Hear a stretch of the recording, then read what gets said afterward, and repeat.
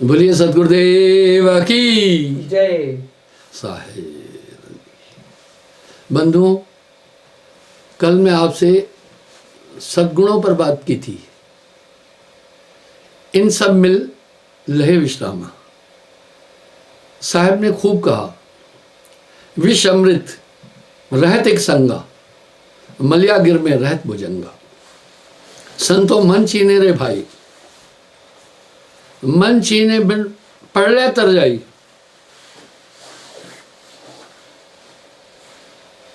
मन चीने बिन पड़ले तर जाइयो, जी को जमले खाई। कितना बड़ा दुश्मन है, उसके बाद भी दुनिया के लोग इस मन से कितने गाफिल हैं, कितनी गफलत में है, ये समझने नहीं देता कुछ भी। मन चीने ते हंस हमारा, तजे खलक की आशा। खलक दुनिया को कहते हैं, पब्लिक को भी कहते हैं। छूटे पिंड काल नहीं पावे, पावे मुक्ति निवासा। अब यहां साहब एक इंश्योर दे रहे हैं,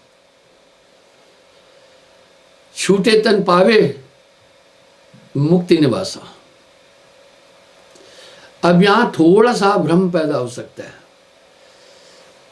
एक जगह साहब कह रहे, संतो जीवत ही कर आशा। ये मुख्य चीज है।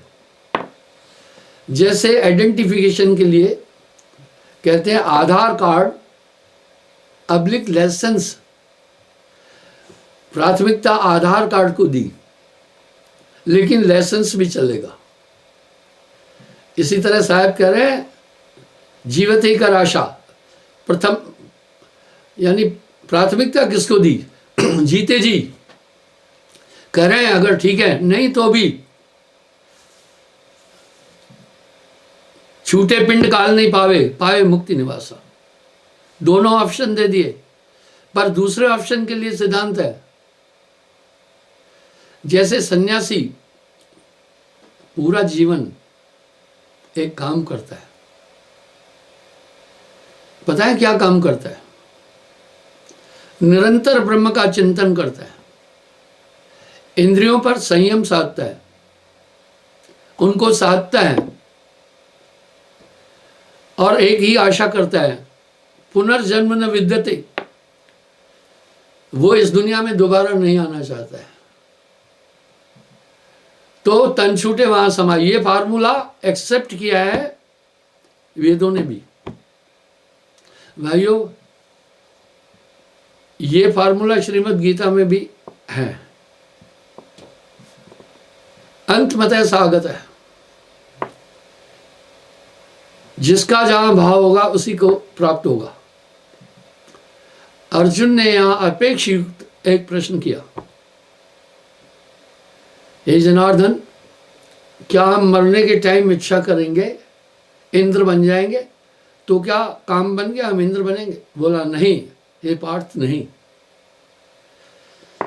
कर्म सारणी बुद्धि उत्पन्न, उस समय अंतःकरण काम करता है। अगर आपने अंतःकरण में ये भाव स्थापित कर दिया है कि संसार में फिर नहीं आऊंगा, तो आपका पुनर्जन्म नहीं होगा। लेकिन अगर आपके पास इच्छाएं हैं जगत के पदार्थों की, उसमें आप घूम रहे हैं, तो जहां आशा तह भाषा हुई उसको टार सकेंगे, तुम्हारा फिर पुनर्जन्म होगा। इसी तरह तन छूटे पर साहब व्याख्या दे रहे हैं अपनी।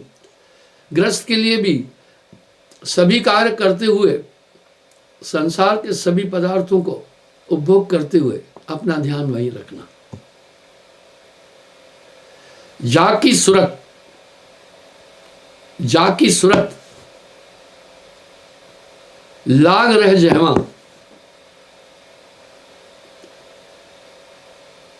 कहे कबीर पहुंचाऊं तहां। इसलिए इसको संभालना, इसी को मन घुमा रहा है। सूरत संभाले काज है, तू ना भरम बुलाए। मन सयार मनसा लहर बहे कतम ना जाए। अगर आप एकाग्र होकर के देखेंगे, आपको पूरा खेला समझ में आएगा। एक बात को अक्सर रिपीट करता रहता हूं, आप जब भी ध्यान में बैठे, उस समय सिर्फ एक बात अपने जेहन में रखें, मैं एकाग्र हूं या नहीं। बस इसी पर कंसंट्रेट रहे। अगर आप एकाग्र नहीं हो पा रहे हैं तो कारण जानो। जब आप कारण जानने के लिए जाएंगे तो आपको वहां मन मिल जाएगा। मन कैसे मिलेगा? या तो आप इच्छाएं कर रहे हैं उस समय, जब इच्छा कर रहे हैं तो ये मन का अंग है। संकल्प कर रहे हैं आप, तो आपका ध्यान तो उस संकल्प के प्रारूप में घूम गया ना, फिर आप एकाग्र कहाँ हैं? अगर आप कोई निश्चय कर रहे हैं उस समय कि घर बनाना है, 2 कमरे बनाने हैं, तो आप उस समय ध्यान में नहीं है, आप तो घर बनाने में जुटे हैं। चलो आपने अपनी प्लानिंग को भी कंट्रोल किया, अच्छी आता है। अनायास अनजाने पुराने किस्से आपके सामने स्क्रीन पर लाएगा, आप उसी में रम जाएंगे। मानत नहीं मन मोरा, साहब कह रहे हैं मानत नहीं मन मोरा, संतों मानत नहीं मन मोरा, इसलिए बनत बनत बन जाई, बनत बनत बन जाई, साहब के द्वारे लग रहे भाई। आपको एक चीज तब भली भांति समझ में आती जाएगी। वो क्या समझ में आती जाएगी कि मेरी एकाग्रता का बाधक मेरा मन है। बस मन के प्रति आपके हृदय में एक प्रतिशोध आ जाएगा। आप अब मन की तलाश में लगेंगे। अब आप में एक मन को नियंत्रित करने की भावना उत्पन्न होगी। बस मन पंगु है, ये तो आत्मा की शक्ति से क्रियान्वित हो रहा है। मन जाता है जाने दे गह के राख शरीर, उतरा पड़ा कमान से क्या कर सकता तीर। आगे साहब कह रहे हैं मूल लेखा में जीव जो आवे दुविधा दूर बहाए, पुरुष नाम को स्मरण करके अगर डोर चढ़ जाए। वाह! अब यहां साहब कह रहे हैं पुरुष नाम की डोर पकड़कर अगर द्वार चढ़ जाए, अर्थात सुमरण वो सीढ़ी है जो आपको सत्ता तक पहुंचाएगी। सुमरण भूलना नहीं। वही क्षण बिसरे क्षण सुमरे, ये तो सुमरण ना है। क्षण भर सुमरण कर रहा है, फिर क्षण भर बिसर रहा है, ये तो सुमरण है। 8 पैर भीना रहे सुमरण सोई कहा है। और ये खाते पीते जागते सोते भी हो सकता है। क्या नाम न तपस कवन दंड लागा, मर जइबो क्या करब अभागा। भैया इसमें कौन सा बड़ा प्रयास करना है? भाई आप कह रहे हैं हम काफ़ी काम में उलझे रहते हैं, ठीक है आप काम कीजिए ना। चलो आप सब्जी लेने बाजार जा रहे हैं तो कुछ ना कुछ आपके संकल्प विकल्प तो उस समय भी उठ रहे हैं ना आपके हृदय में। आप फ्री तो नहीं थे ना। जब संकल्प उठ सकते थे तब चलते चलते भी सुमरण हो सकता था ना। कर से कर्म करो विधनाना, मन राखो जहाँ कृपा निधाना। डोर निर्वार से रैन दिल लागी रहे, पल ही पल में ले अजूबा। तो भैया ये सुमरण नहीं है, बस एक फिक्र रखो कि यही सुमरण मुझे आगे ले चलेगा। जब तब संयम साधना सब सुमरण के बाद।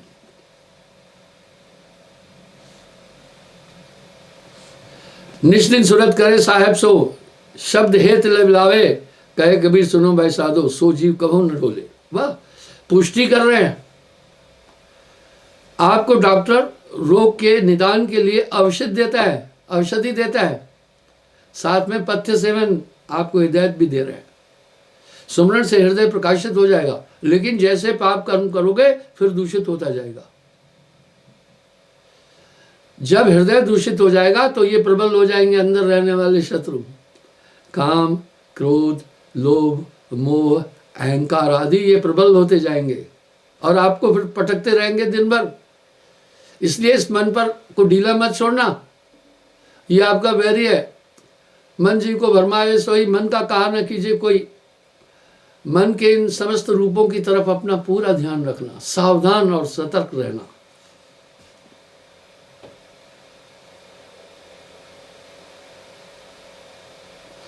मनुष्य खलक ये नाम अपने को बहुत कर सर पटकता है। लोग कहते हैं भाई दुनिया हमें याद रखे। ओ भैया, जब तुम्हारी ये भावना है तो तुम तो फिर दुनिया में फंसे हो। मैं एक बात कई बार बोला हूँ, कुछ महात्मा अपने जीवन काल में अपने लिए समाधि बना देते। ताकि हमारा अभीष्ट बने। सच बताता हूँ, बनावट से नहीं बोल रहा हूँ। मेरी तो वसीयत ये है, मेरा जहाँ शरीर छूटे वहाँ मुझे कोई जानने वाला ना हो। मेरी तो वसीयत ये है, दुनिया में मेरा नामो निशान बाकी नहीं रहे। आप देखना, हर वाणी पर मैं साहेब को लेकर चल रहा हूँ, संतों को लेकर चल रहा हूँ। नानक हो में रहा अड़ाई, इसलिए चाह मिटी चिंता मिटी, चाह मिटी चिंता मिटी, मनवा बेपरवाह, वही शान शाह है जिसको ना ही चाह। जादन मन पंछी उड़ जाइए, तेरो नाम न कोई ले हैं। अरे बाकी तो छोड़ो, आपका जो पिताजी है ना, अगर वो भी चला जाएगा ना, थोड़े दिन बाद उसको भी भूल जाओगे। और जो आपके बच्चे हैं ना, कुछ दिन तो रोएंगे धोएंगे। ये जग है स्वार्थ का मीत, कोई नहीं अपना हित। ये संसार माया का लोभी, ममता महल बनाया, कहत कबीर सुनो भाई साधो, साथ अंत कछु नहीं साथ में आएगा।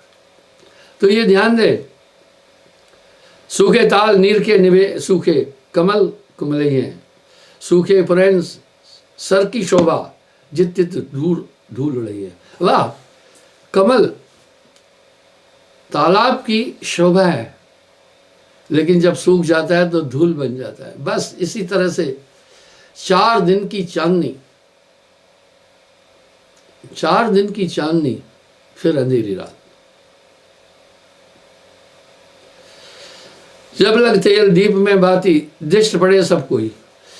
जब तक दिए में तेल और बाती है, सब दिखता है, बुझ गया कुछ नहीं है। फिर इस तरह जब आप छूटे ना, उसके बाद कुछ भी नहीं है। जिनके हित पर लोग बिगाड़ा। भाई इंसान ठगी बेईमानी करता है, मेरे पोतरे दोतरे मेरे बेटे प्रसन्न रहें, सुख संपदा में रहें। मैंने एक बात कई बार दोहराई है, आज फिर प्रसंग आ गया। एक आदमी था, छल कपट दगा धोखा करके धन अर्जित करता था। मुझे दुख है कि मेरा शिष्य भी था, उसको मैं समझाता था।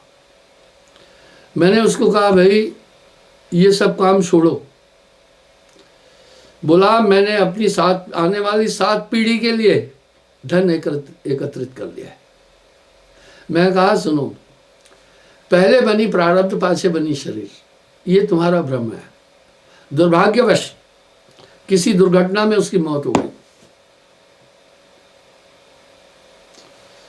उसका पूरा धन उसके पुत्र में जुआ और सट्टे में हार लिया, मकान भी सब हार गया, कुछ भी नहीं रहा। बाल बच्चे अब किराए के मकान में रहते हैं, जीवन यापन दूभर हो जाता है। मैं कहा, उसने तो पांव पलक की सुध नहीं, पांव पलक की सुध नहीं, करे कल्प की आस, पानी माही घर किया, सो कसमरे प्यास। वो तो 7 पीढ़ी की जुगाड़ किया था, और आने वाले पल का पता नहीं है। पांव पलक की सुध नहीं, करे कल्प की आस, पानी माही घर की आस, सो कसमरे प्यास। हे मनुष्य, तेरे अंदर अमृत है, तू कैसे प्यासा मर रहा है? इसलिए यातन का कभी भरोसा मत करना इस शरीर का। गाफिल तेरी है जिंदगी पानी का बुलबुला। ये पानी का बुलबुला है। निपटे तेल बीत गई बाती, जग अंधियारा हुई, जा प्रीतम से पीत कर तो ताहे को अंग डरे ही हैं। ठीक है ना। जिनसे आप प्रेम कर रहे हैं, सपने में भी मिलोगे ना, तो वो ओझा तांत्रिक को कहेंगे सपने में भी नहीं आना चाहिए। वाह, ठीक है, वो तो आपको सपने में भी नहीं दिखेंगे, देखना चाहेंगे। जिनके हित पर लोग बिगाड़ा, अंतकाल वो ना ही साहेब। संभल जा, साहेब चेतावनी दे रहे। दिन दुई चार नाम सुमर ले, वाह काल अचानक हो है। भरोसे में मत रहना कि अभी काफी जीना है, भरोसे में मत रहना।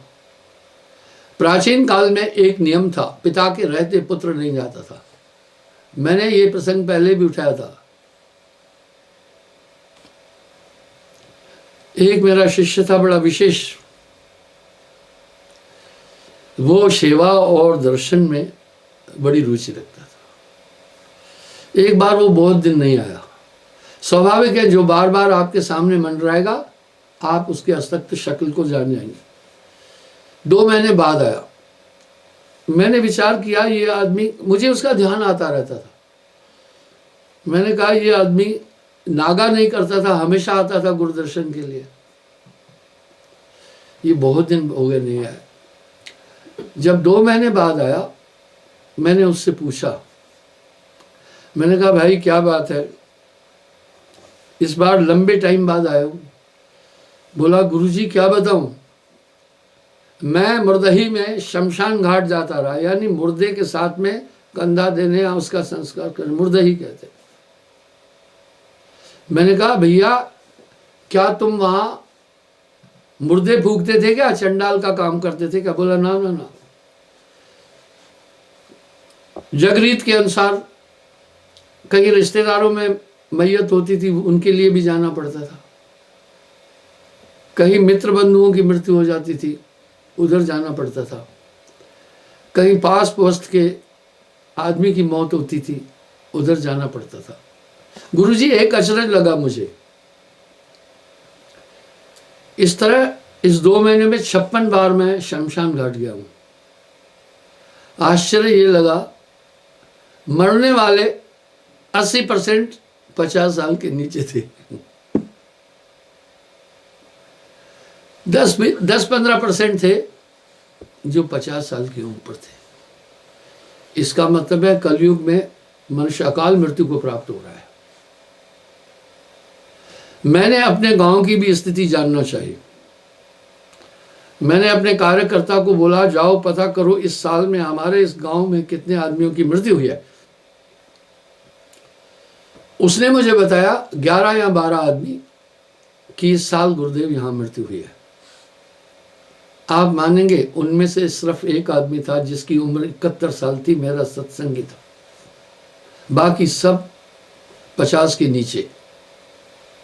तो आप इस जीवन का भरोसा मत करना भैया। काल खड़ा सर ऊपरे, काल खड़ा सर ऊपरे, काल गए हैं केस,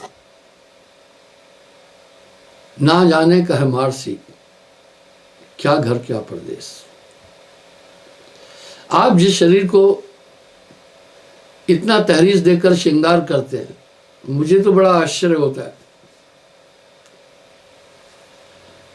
मेरा ये मानना है इंसान के पास सबसे सुंदर अगर कोई चीज है, इस पंचभौतिक शरीर को कभी सुंदर नहीं मानना। तो ये विषय विकारों से भरा पड़ा है। अगर संसार में सबसे बड़ी सुंदर कोई चीज है तो मनुष्य के पास कोई है तो उसका व्यक्तित्व है, उसका व्यवहार है। आप इसकी चिंता मत करो क्या आप कुरूप है। मेरे पास एक लड़की आई, बड़ी सुंदर थी, बेचारी को कुष्ठ रोग हो गया था, सफेद दाग थे पूरे शरीर में।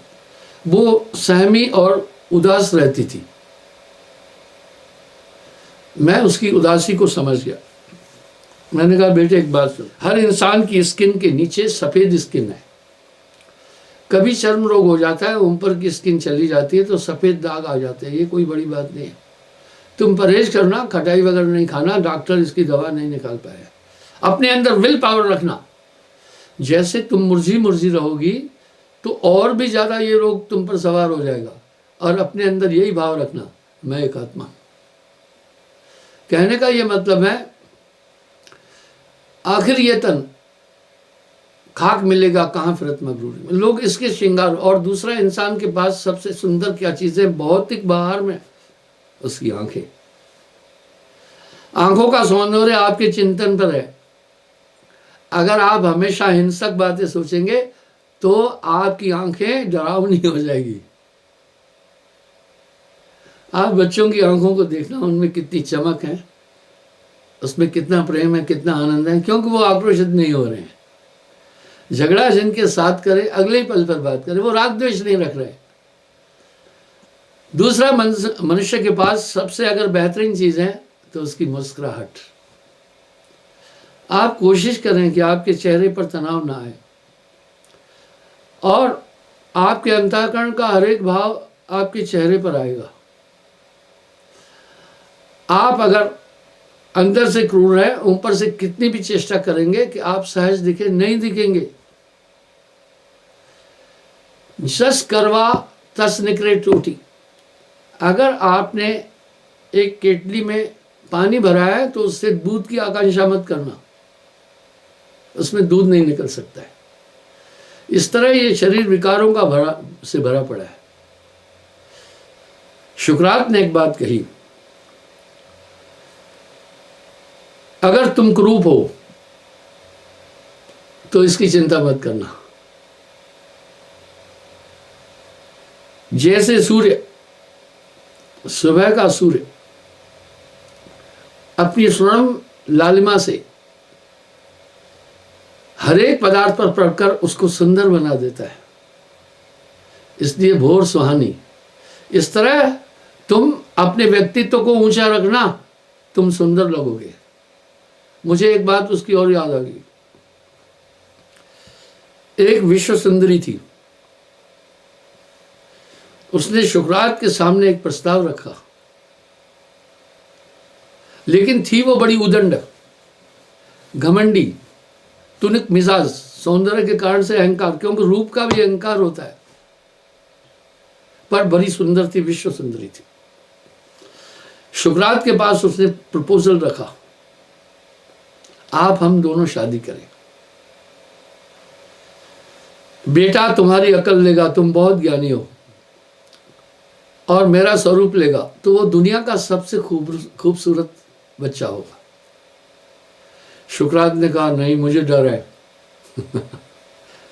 कहीं वो शक्ल मेरी ले लिया और अकल तेरी ले लिया तो दुनिया में कहीं का भी नहीं रहेगा। तो मेरे भाइयों, आप इस शरीर के लिए क्यों परेशान हो?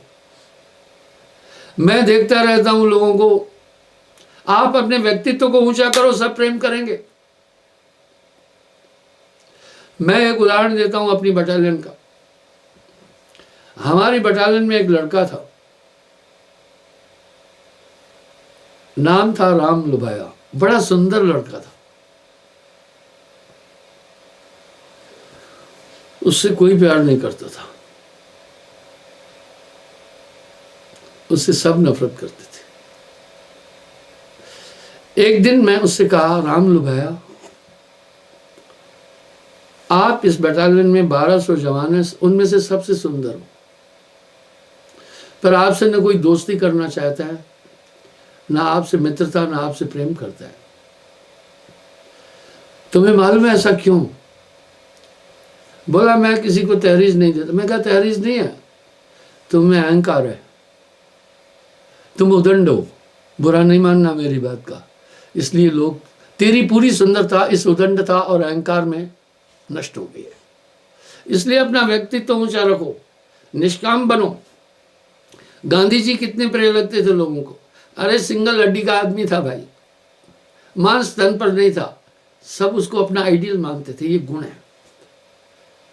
गुणानिधि पूजा है, गुण न श्लिंग वस्त्रम। किसी भी महात्मा का सम्मान उसके गुणों से होता है। मैं तो कथावाचक और महात्माओं को ये विनती करना चाहूंगा कि आप बहरूपिये की तरह स्वांग नहीं बनाओ, इससे आपकी प्रतिभा डाउन चली जाएगी। आज हर एक आदमी बुद्धिमान है, सोचता है सब कुछ। आप अपना व्यक्तित्व ऊंचा रखें, आप सच में सुंदर लगेंगे।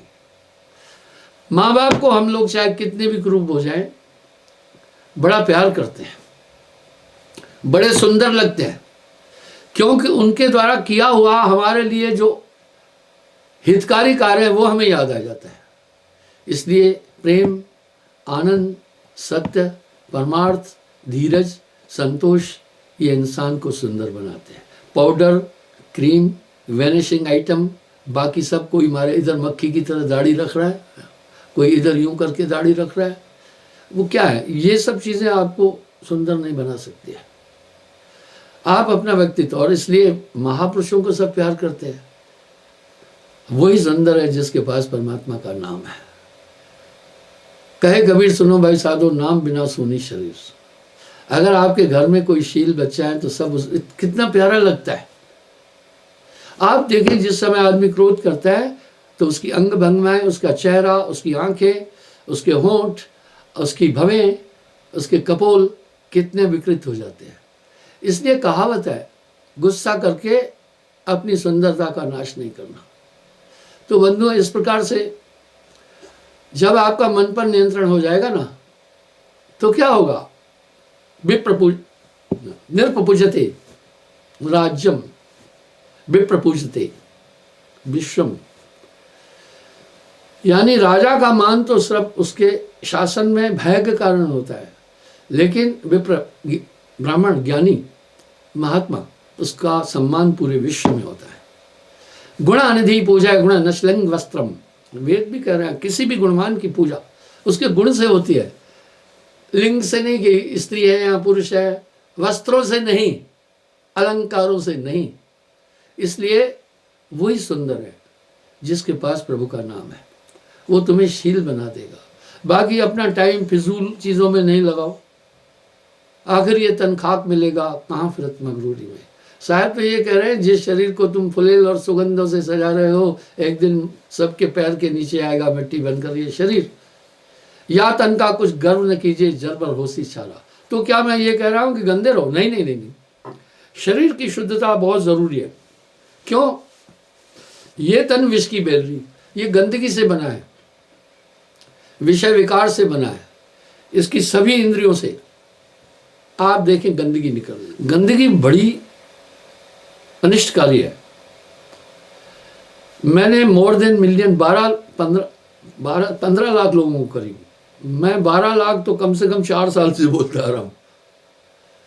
ये लॉकडाउन में थोड़ी दिक्कत आई, अन्यथा मैं 5000 लोगों को रोज दीक्षा देता था। औसत मेरा ये था, महीने में 5000 लोगों को, पूरे देश की राजधानियों में घूमता था। कान के अंदर क्या बदबू है मुझसे बेहतर कोई नहीं जानता, क्योंकि गुरु दीक्षा देते समय कान में देता हूँ तो वो बदबू मैं देखता हूँ, जैसे सड़ा हुआ प्याज होता है ना मेरे भाई, वैसी बदबू आती है। इस शरीर से जो दुर्गंध और बदबू निकलती है बड़ी कष्टकारी है। इस तरह कान में खूंट है, इसको खूंट कहते हैं। ये जब अधिक हो जाता है कर्ण रोग भी हो जाता है।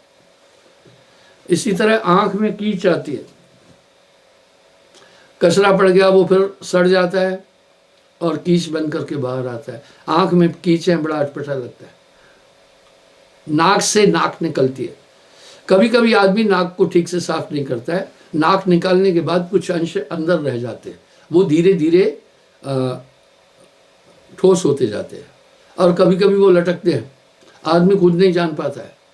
आप देखना कितना अजीब लग रहा है, मुंह से बमन उल्टी, और सुबह देख लेना इस मुंह में क्या नज़ारा है। खाया हुआ भोजन पचता है। मैं अक्सर लोगों को कहता हूँ, मैंने एक डॉक्टर से पूछा था पेट कितना होता है, उसने कहा 1.25 फीट तक।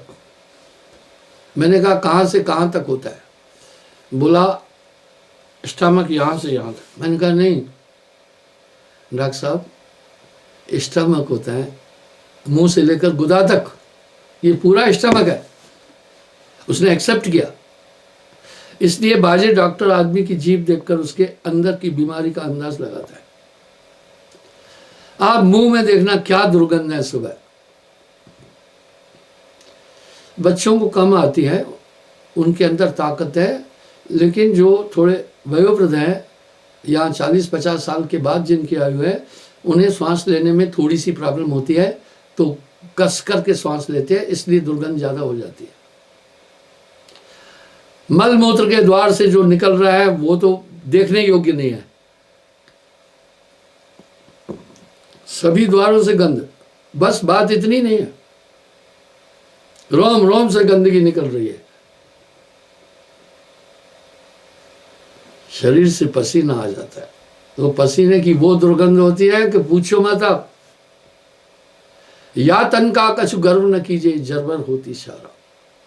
इसलिए सफाई जरूरी है। मैंने शरीर के अंगों की सफाई के लिए भी बोला है, लेकिन तेल फुलेल से इनको सजाते रहना, श्रृंगार करते रहना, इसमें इत्र फुलेल लगाते रहना, पाउडर क्रीम लगाते रहना, बस यही, चाहे कुछ भी करना, वाह, इसकी ये गंध नहीं जाने वाली है, ठीक है। ढोर दूर से सुहाने लगते हैं, पास जाने से बदबू आती है। मुझे एक हैरानगी है, बड़ी हैरानगी है, आज युवा लाट कैसे भटक रहे हैं, श्रृंगार करके कुछ चीज करके। नेट पर तो इतने लोग भटक रहे हैं, और ये गाने वगैरह के लिए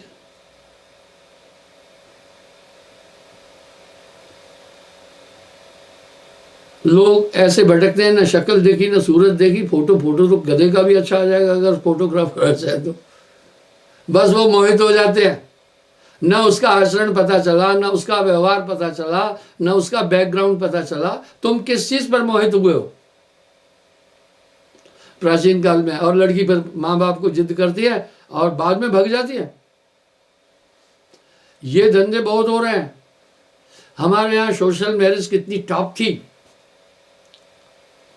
गार्जियन अपने बच्चे का विवाह करते थे। वो क्या देखते थे, इसलिए कभी तलाक था ही नहीं इस धर्म में। वो पहले देखते थे खानदान, बाप पर पूत, वंश पे घोड़ा, बहुत नहीं तो थोड़ा थोड़ा। फिर क्या देखते थे दूसरा, वो पहला देखते थे खानदान। अगर भानु प्रताप सिंह का लड़का है तो भानु प्रताप को देख लो बस, वो देखते थे खानदान। फिर उनका कैसा खानदान का कल्चर है, उनकी 7 पीढ़ी देखते थे। कभी कोई लड़की नहीं दिखाता, कोई लड़का नहीं दिखाता था। वो सोशल मैरिज इतनी सक्सेस थी, एक भी तलाक नहीं। आजकल शादी एक जुआ है। मैं एक बात कहता हूं, लव मैरिज फ्रॉड है। मेरे पास रिजल्ट आते हैं, 90% फेल होता है, उनमें शंकाएं बनी रहती है। आजकल ठेलुआ लोग स्टार मेकर पर भी 4 गाने बनाकर लुभा लेते हैं, कुड़ियां फिदा हो जाती है। उनको बैकग्राउंड कुछ नहीं पता है कि इनकी असलियत क्या है, इसका आचरण क्या है, इसका क्या है। इंसान के 2 चेहरे हैं, तो बाहरी चमक धड़क देख करके शादी कर रहे हैं। उसके बाद फिर उनकी मां को देखते हैं, बाप पर पूत, वंश पे घोड़ा, बहुत नहीं तो थोड़ा। कभी शादी नहीं टूटती थी, आप मानेंगे। अभी 18 अप्रैल को मैं 73वां जन्मदिन मनाना है, यानी 5 सेंचुरी जीवन में जी लूंगा करीब। तो पिछले, मैं 50 साल से पीछे जा रहा हूं, तब भी मैं यंग था। मैं फौज में तो 1968 में भर्ती हुआ, यानी आज से करीब 32 और 22, 54 साल पहले फौज में भर्ती हुआ हूं मैं। कोई दूध पीता हुआ बच्चा नहीं हूं मैं। तो जब 68 में मैं एडल्ट था, तो ऐसा तो था नहीं कि 8-10 साल की उम्र में सामाजिक चीज़ों को नहीं अनुभव किया होगा। बड़ा सोशल था जीवन, लाइफ स्टाइल इतनी टॉप थी, कोई आदमी पराई स्त्री की तरफ जाता नहीं था, विवाद नहीं होते थे, ऐसी सोसाइटी नहीं होती थी। अब देखो लड़के लट्टू हो जाते हैं, लड़की लट्टू हो जाती है, न पता न अता, शादी कर लेती है। उसने क्या देखा, कुछ नहीं देखा। मेरे भाइयों, आजकल तो क्या है, पूरे देश में उतरे हुए कपड़े बिक रहे हैं। अननोन आदमी का उतरा हुआ कपड़ा कभी मत पहनना। मैं बार बार ये ढंढोरा नहीं पीटना चाहता हूं, पूरा वर्ल्ड घूमता हूं मैं। वहां पानी महंगा है, पानी से शराब सस्ता है। वो धोना नहीं पसंद करते, बाद में क्या करते हैं, काफी दिन उस कपड़े को पहनते हैं, फिर उतार देते हैं ऐसे ही। बाद में कुछ लोग वो लेकर लॉन्ड्री में उसको वॉश करते हैं, और वो पुराना कपड़ा बिकता है, उसमें मरे हुए आदमी के भी होते हैं। आप हर शहर में जाकर देखना, उसकी बाजार लगती है। मुझे किसी भक्त ने ये जैकेट दे दी सर्दी में पहनने के लिए, 7,500 रुपये की जैकेट है। लेकिन यही जैकेट वहां पर 1000 रुपये में मिल जाएगी। 1000 में मिल जाएगी। मेरा जूता जो मैं पहना हूं इसके चर का है, 9000 रुपये का है। ये जूता वहां आपको 100 रुपये में मिलेगा।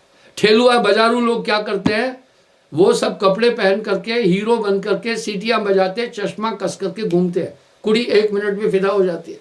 माँ बाप को उसने दरकार कर दिया, माँ बाप बेचारे रोते रहते हैं। क्यों रोते हैं? वो जानते हैं इसका बैकग्राउंड ही नहीं है, किस आदमी का पता ही नहीं है क्या है, इसका वंश क्या है, खानदान क्या है, कहाँ का।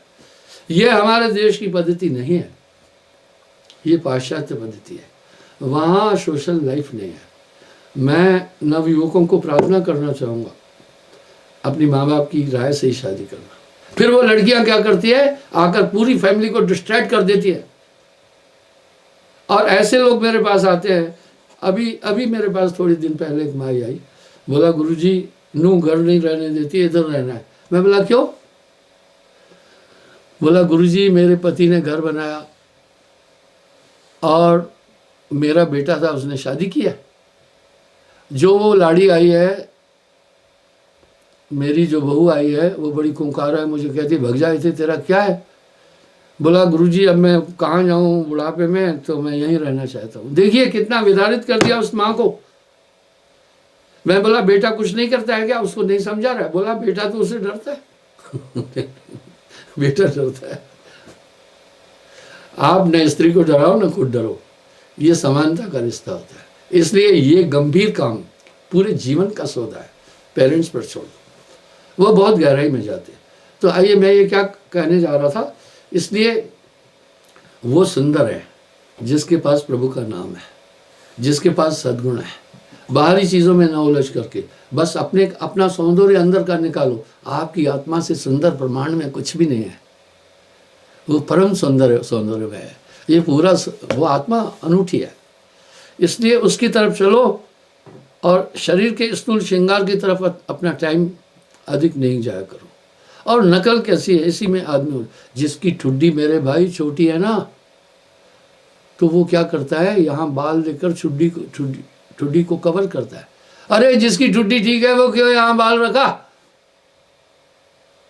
मैं आपको बताना चाहता हूं, अगर एक बाल आपके भोजन में गिर जाए, अशुद्ध मानकर आप भोजन नहीं खाते। इन बालों से इतनी मोहब्बत क्यों? क्योंकि सर की से शैया करते हैं। इस तरह एक बहुत सुंदर लड़का था मेरे पास आया, रिपोर्टर है किसी चैनल में, बड़ा सुंदर है। उसने दाढ़ी रखी थी मैंने कहा, दीपक नाम है। मैंने कहा यार दीपक तू ऐसे ही बहुत सुंदर बच्चा था, ये दाढ़ी क्यों तूने रख लिया? इंसान सिर्फ दूसरे की नकल करता है। आज होड़ लगी है, आधा भूखा तो आदमी इसी फैशन और पहनावे कपड़े के कारण से है। बच्चे जान ले लेते हैं, ये ब्रांड चाहिए, वो ब्रांड चाहिए। वहां सादगी थी, ज्यादा समस्याएं नहीं थी। इंसान ने अपने को माया में ज्यादा घेर लिया। इसलिए समय बचाइए, उतना कमाइए जितना जीवन पालन पोषण के लिए आवश्यक है। साईं इतना दीजिए जामे कुटुंब समाए, मैं भी भूखा ना रहूं, अतिथि न भूखा जाए। बस आत्मा के अंदर की शक्ति को आप समझे, वो आनंदमय है। इससे सुंदर कुछ नहीं है। खोटश भानुहंस को रूपा, एक सूर्य पूरे ब्रह्मांड को प्रकाशित करता है। आत्मा के अंदर 16 सूर्य का प्रकाश है। मैं क्षमा चाहता हूँ, समय थोड़ा अधिक ले लिया, कल पुनः हाजिर हो जाऊंगा साहेब।